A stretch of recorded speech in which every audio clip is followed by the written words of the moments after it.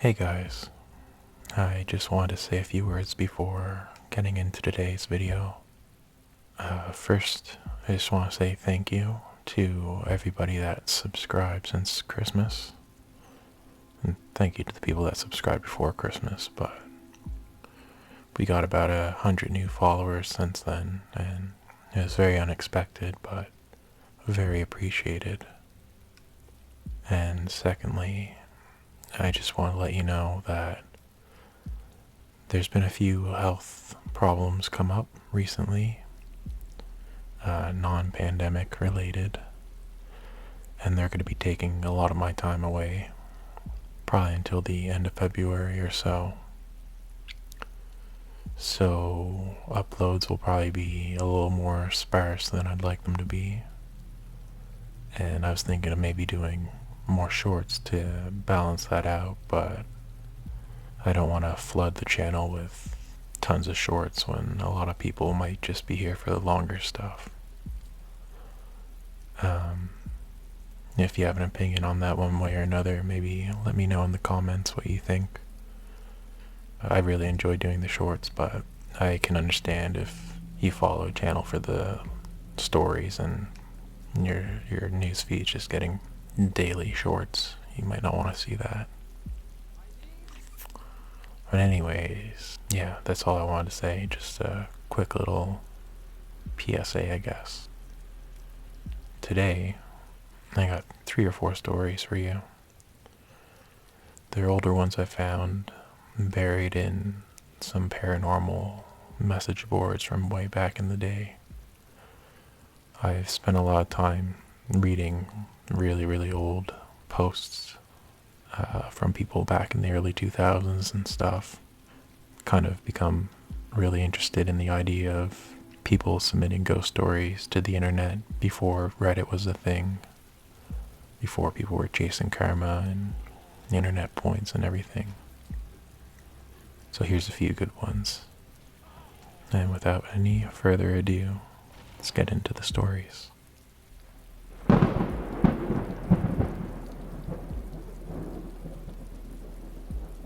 When I was 12, my parents went out for the evening. I was accustomed to staying home alone and never afraid. It was in the summertime, and our living room windows were open, but the blinds were down. Around midnight, I got the most horrible feeling that someone or something was out there.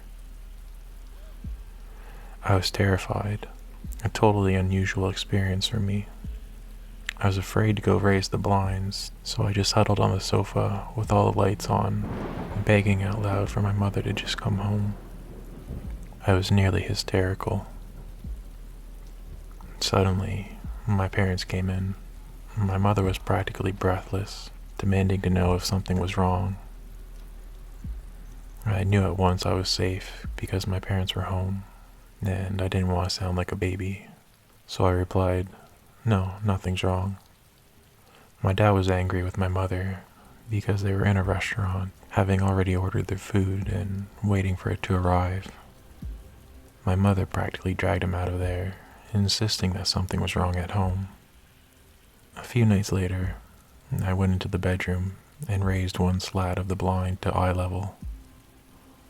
What I saw out there horrified me. I was looking directly into the eyes of someone outside our window. Me and whoever this was, we were at eye level. Of course, I screamed, and my dad called the cops.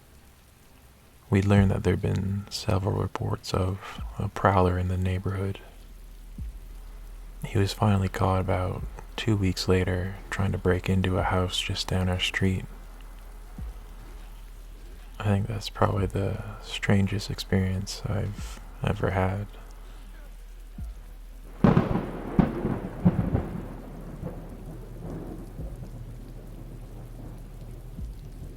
I don't know if this is what you'd call paranormal, but since I was in a car crash in 1987, I've been able to predict some, but definitely not all, phone calls. The first time it happened, I just got this sudden urge that the phone was gonna ring, and I said, "Answer the phone." And about 3 seconds later, the phone rang. I laughed it off, but the next time it happened, my roommate and I got sort of anxious about it. It happened about every couple of weeks after that, and then I thought it might have something to do with the wiring in the house. But I went for a short road trip with some friends in another state, and in the middle of a lively conversation with about 10 friends present, I said, "I think somebody should answer the phone." Everyone looked at me strangely, but then 3 seconds later, the phone rang.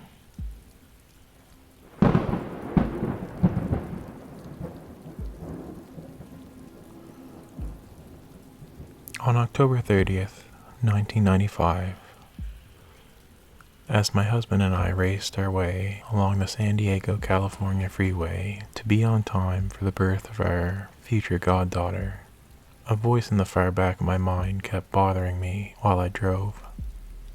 I could clearly understand it and what it said over and over. Accident.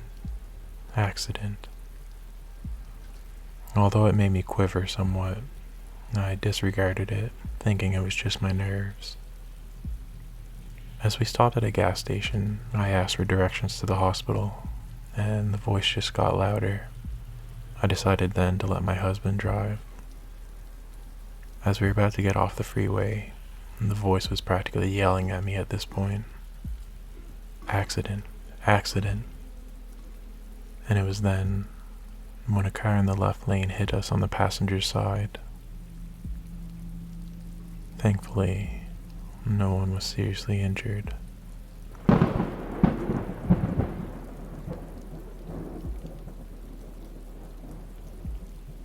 This last one's called Pushed by Unseen Hands. My ghost story is a little humorous now that I think about it, but I was spooked for a long time afterwards when it happened. Back in 1982, there was a popular restaurant in Rockledge, Florida called Gentleman Jim's. You can read about it in one of those haunted house guides if you want to. The story was that a woman had been murdered on the railroad tracks that were just a few yards away from the restaurant. At the time of her murder in the 1920s, Gentleman Jim's used to be a pub. So back to my story. I was asked out on a double date by a guy that I had a huge crush on, and we all agreed to go to Gentleman Jim's because there was a chance that we would see something otherworldly. Besides, they did have great food there. We arrived at the restaurant after dark and had to go up a long, narrow flight of stairs to get to the main dining area. We did see a lamp over the salad bar sway continuously all night. That was one of the ghostly happenings, so we were pleased and felt that we'd gotten our money's worth. As we were getting ready to go down the stairs, I told my date to get in front of me because I'm known to be a bit of a klutz and didn't want to fall down. We were all making jokes about the ghosts and feeling a little frisky.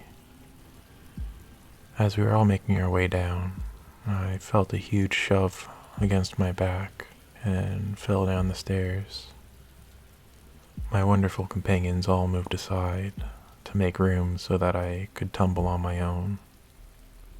As I got to the bottom of the stairs, I looked back and I noticed that there'd been no one behind me. Bewildered, I stood up, and the hostess told me that I had been pushed by the ghost for not taking it seriously. The hostess then told me, "Miss, your dress is open." I looked down and sure enough, my button-down dress was completely unbuttoned. I guess the ghost had gotten the last laugh, and I made sure never to go back.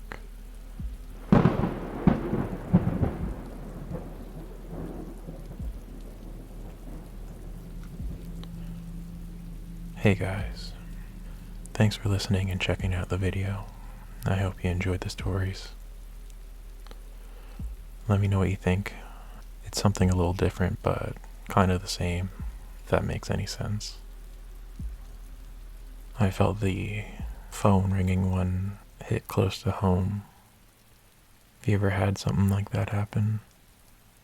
You feel like a premonition, like you just know the phone's gonna ring, and then it does. Or I know a few times I've had a feeling a friend was gonna text me, and I'm just looking at my phone, and then a few seconds later their text pops up. Maybe it's something... Look at that. I hope the mic picked that up. My friend just texted me. That's trippy. I was gonna say, I feel like could be something in the back of our mind that, you have the daily, this is when a text should come in, this is when a call should come in, so then when it doesn't come in, something in your mind's telling you like, oh, the phone's gonna ring, because it normally does at that point in the day. But who knows? Anyways, if you like what you heard, feel free to like the video. It really helps. If you disliked it, dislike it. And if you really enjoyed, consider subscribing. It's greatly appreciated. I'll talk to you guys later. Have a good night. Bye.